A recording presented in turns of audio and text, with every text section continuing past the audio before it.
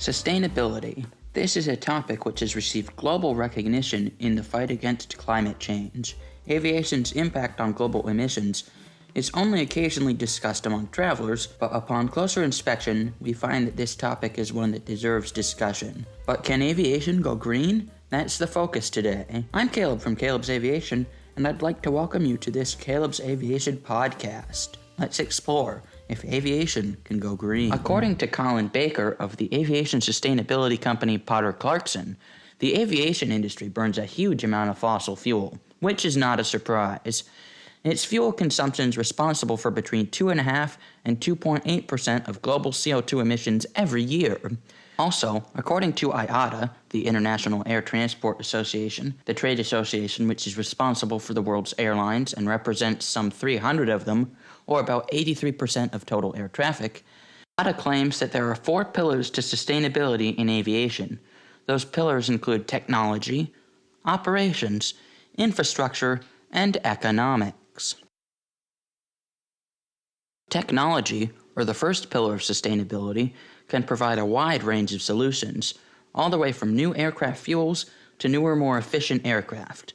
IATA believes sustainable fuel is the key to aviation's net zero carbon initiatives. In 2019, UAE-based Etihad Airways operated the world's first flight powered by a mix of both jet and bio-aviation fuel. The biofuel was made using Salicornia, a desert-dwelling plant. Australia's flag carrier Qantas, United Airlines, Virgin Atlantic, and Alaska Airlines have also run more than 170,000 flights using sustainable aviation fuels, also known as SAFs. In terms of total operations, IATA points out that carbon emissions can be reduced by means of better flight planning, making strides toward lower airport congestion, and by reducing how heavy an aircraft is when it's flying in the system. A reduction in its overall weight leads to better fuel efficiency. The second pillar identified by IATA is infrastructure. Infrastructure also offers a key opportunity for reducing emissions, in that of better airports. If airports insist on multiple things, such as airlines using SAFs, and reducing emissions at airports by ensuring any of their renovations, upgrades, or extensions utilize the latest in carbon zero materials and processes, they can help cut down on overall emission by aviation. This technique has proved successful in many different airports already, in airports such as Los Angeles, California, Oslo, Norway, Stockholm, Sweden, and many others around the world. Although this next item is controversial, economic change such as taxation could play a major role in reducing the aviation industry's overall carbon emissions. Higher taxes could raise the cost of flying, which would reduce demand for flights at first, but government incentives rewarding reduced carbon emissions could also be effective. One challenge is that many profitable and critical industries rely on flights to operate successfully and smoothly around the world. Changing things up could mess with schedules, mess with demand, and possibly have a negative impact on the overall economy. The third pillar, as identified by IATA, are more eco-friendly aircraft. According to the Washington Post, due to their size, many aircraft are, quote, the elephant in the room, almost literally, unquote. Many older aircraft are gas-guzzling loud machines. Smaller, newer, more efficient aircraft can also reduce total emissions through higher fuel efficiencies and noise reduction technologies. For example, according to engine manufacturer Pratt & Whitney, they have now developed and produced their Pure Power Geared Turbofan series. This series is a product of engines developed specifically to be more eco-conscious for the airline industry. The aforementioned Pure Power engine series, for example, has been in the making for over 20 years, with Pratt & Whitney investing more than $1 billion in research and development costs on the gear of the turbofan alone. This gear allows the components of the engine to spin at optimal speeds for maximum efficiencies. Without getting into all the technical details, if the engine spins separately from the main fan, the engine becomes more efficient. Pratt & Whitney have also spent $10 billion on the main engine components themselves. Today, Pratt & Whitney have already begun to revolutionize the airline industry by supplying airlines with these new engines, which both reduce carbon emissions and overall engine noise. Talking of noise, these engines can reduce noise by up to 75% compared to their predecessors, and Pratt & Whitney's newly launched PW1135G engine allows airline operators even more flexibility with where they can fly their aircraft.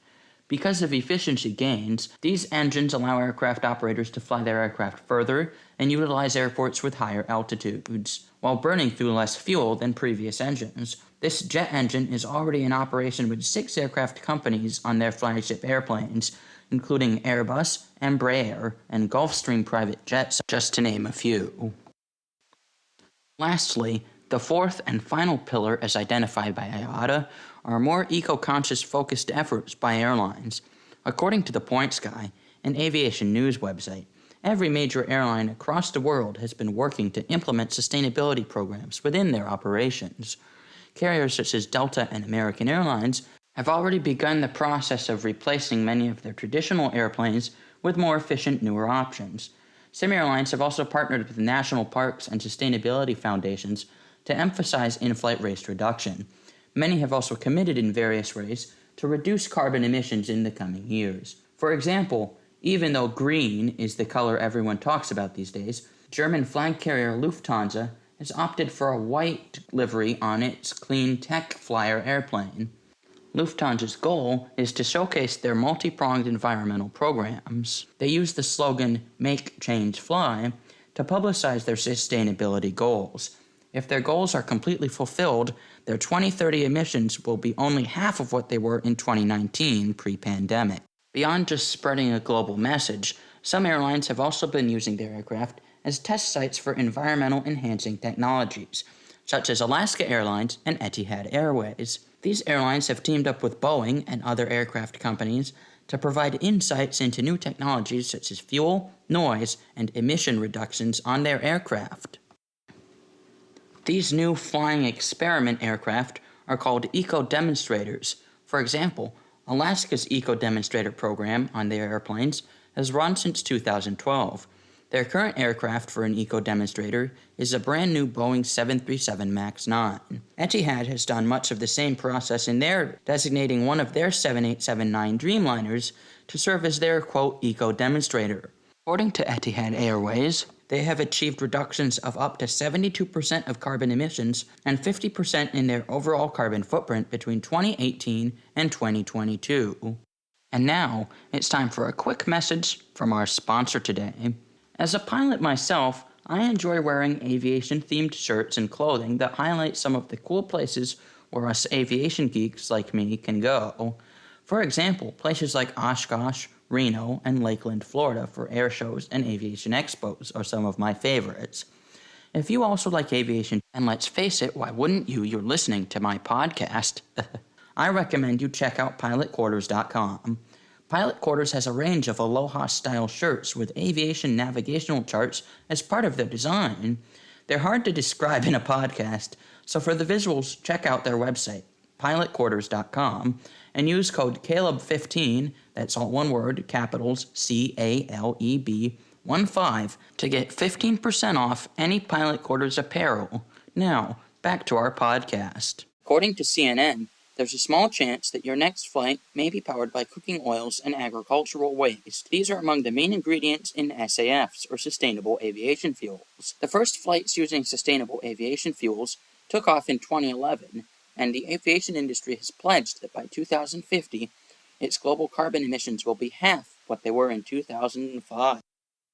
That extremely ambitious plan depends on many different scenarios that could play out between now and then, and yet, in 2019, SAFs accounted for just 0.1% of all jet fuel used worldwide, according to the World Economic Forum. Just over a year ago now, an Airbus A380 took a flight using sustainable aviation fuels made of entirely cooking oil and waste fat.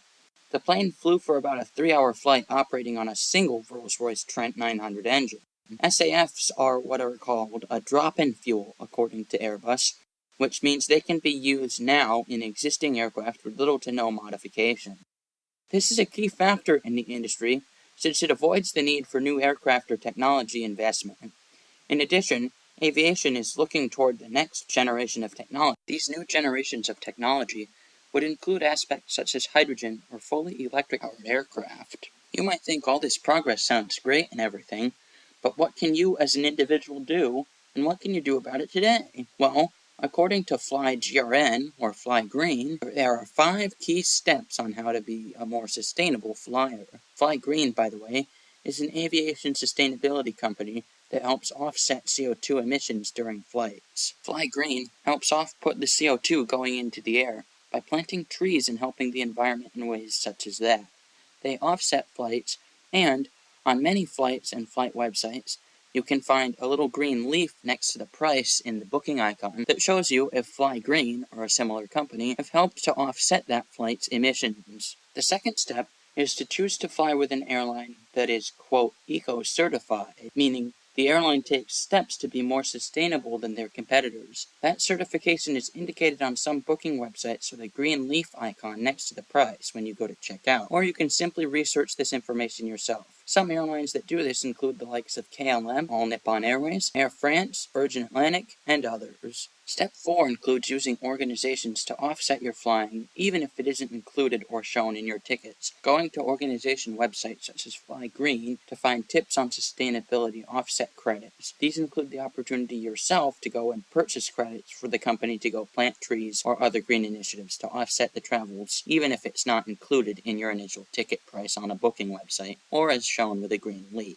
The 5th and final step for those of us who are particularly environmentally conscious involves choosing to live a particularly sustainable lifestyle that fits these guidelines quite well. Small environmental measures such as unplugging your phone charger when it's not being used, or biking to work save on CO2 emissions. But sadly, these efforts do almost nothing. A single round-trip ticket from New York to London equals about nearly 20 years of keeping your phone charger plugged in when not in use. Other ways of reducing your carbon footprint include eating as little meat as possible, buying as few things as possible, and switching to renewable energies where possible. You can also spread the word about these small initiatives among your friends and colleagues to increase your sustainability impact.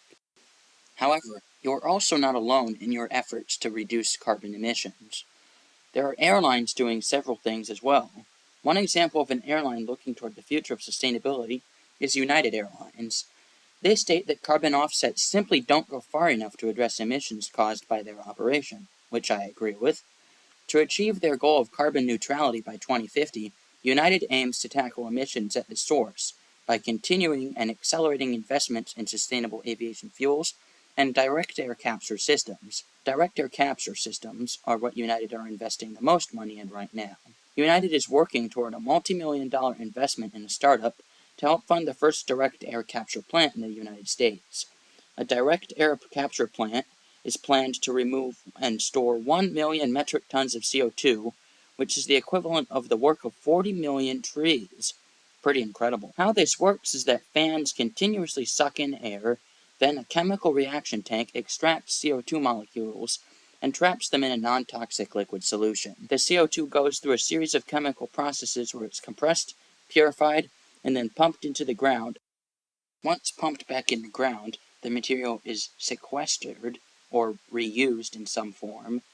As the carbon is put into the ground, it does the similar process of what trees do during photosynthesis. But this process is up to 10 times faster than any tree could ever be, according to United Airlines. To conclude, these are just a few examples of the many different kinds of ideas being introduced in the aviation industry in an effort to become more sustainable. If you're passionate about aviation and travel as I am, you might have ideas or questions that you'd like to ask or have addressed in upcoming podcasts.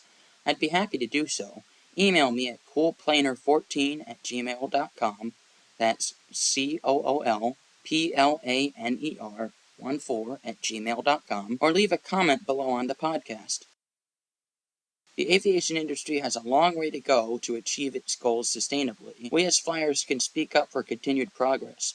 Meanwhile, if you are hearing this, I'm already flying on Frontier Airlines,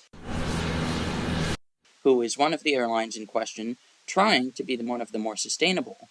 I'll be checking them out and seeing their fleet of new A320neos and A321neos.